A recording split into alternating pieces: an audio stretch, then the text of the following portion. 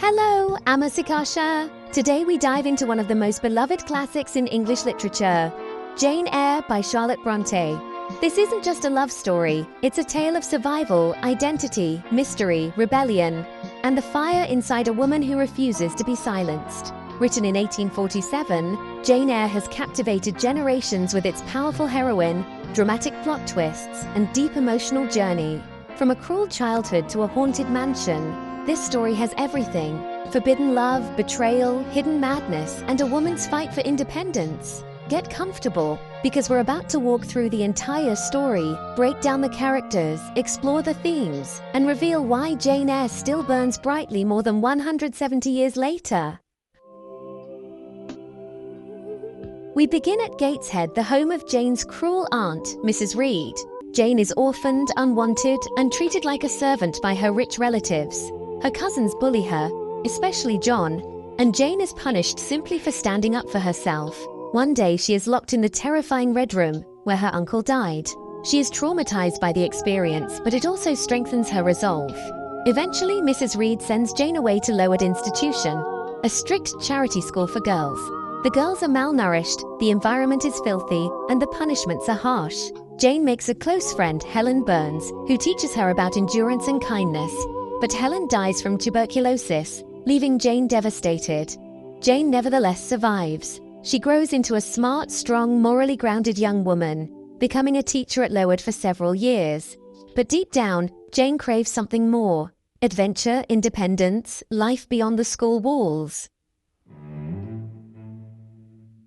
Jane applies for a job as a governess and is hired by Mrs. Fairfax to teach a little French girl named Adele at a place called Thornfield Hall. It's a beautiful, mysterious estate, and its master, Mr. Edward Rochester, is even more enigmatic. Their first meeting is dramatic. Jane helps Rochester after he falls from his horse. He's dark, brooding, blunt, not traditionally handsome. But Jane is not a typical woman either. She's plain, modest, but fiercely intelligent. Rochester notices. They frequently discuss art, religion, morality, and life throughout the day. Rochester starts to open up, showing signs of affection. But Thornfield holds secrets. Strange laughter fills the corridors. Jane saves Rochester from a bed fire one night. He says nothing. Jane begins to fall in love despite the mystery. And it seems Rochester does too, until he suddenly announces he's going to marry the beautiful, shallow Blanche Ingram. Jane is heartbroken, but determined to keep her dignity. In a shocking turn, Rochester confesses he loves Jane, not Blanche. He offers. Jane agrees. Finally, her dreams are coming true. Or so she thinks. On the day of their wedding, a terrible incident occurs. A lawyer interrupts the ceremony just as Jane and Rochester are about to tie the knot. He reveals that Rochester is already married to a woman named Bertha Mason, who is alive and locked away in Thornfield's attic. Jane and the others are taken to see Bertha by Rochester. She's mad, dangerous, kept hidden for years. Rochester explains that he was tricked into the marriage long ago in Jamaica. Bertha lost her sanity shortly after. He tried to live an honest life and then he met Jane, his true love. However, Jane is crushed. Her sense of morality and self-respect will not let her stay. Though she still loves Rochester, she runs away, heartbroken and penniless, into the unknown. Jane nearly dies in the wilderness. She collapses at the doorstep of Diana, Mary, and St. John rivers, cold, hungry, and alone. They take her in and give her medical care. Jane conceals her past by using a fictitious name. However, she gradually develops relationships with the kind sisters and their serious religious brother, St. John. He provides her with a teaching position in a remote village. Jane accepts and is pleased with her new life.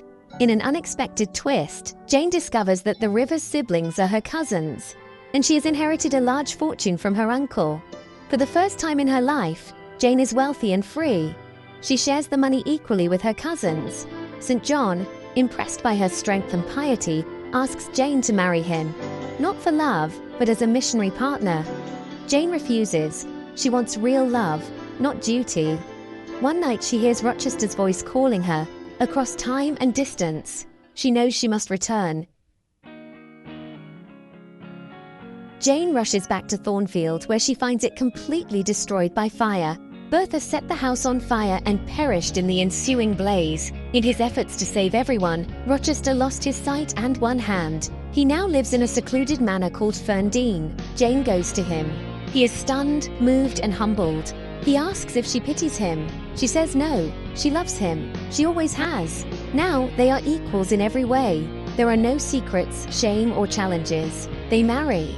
Rochester slowly regains sight in one eye and sees their newborn son. After all the suffering, Jane finally finds peace. On her own terms. Jane Eyre is more than just a story. It is also a powerful look at independence, morality, love, and identity. Let's unpack the key themes and characters. First, the empowerment of women. Jane was one of the first strong heroines in literature who respected themselves. She chooses independence over dependence, dignity over desire. She has quiet but unwavering strength. Next, love versus autonomy. Jane loves Rochester deeply, but she never sacrifices her values. She doesn't want to be owned, hidden, or dependent. When they are equal, her love is real. Then class and social status. Jane rises from orphan to heiress, but her worth is never tied to money. The novel critiques the class system, showing that character matters more than rank. As for religion and morality, different characters show different approaches to faith. Helen is forgiving, St. John is adamant. Jane finds a balance, a personal moral compass guided by heart and reason.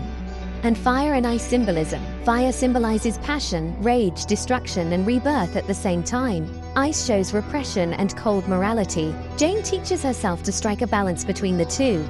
Now about the characters. Jane Eyre is intelligent, honest, and morally strong. She does not want love at the expense of herself. Edward Rochester is flawed, passionate, and burdened by secrets. Before he is ready for genuine love, he must experience loss. Bertha Mason is the mad woman in the attic, a symbol of how women who don't fit are locked away.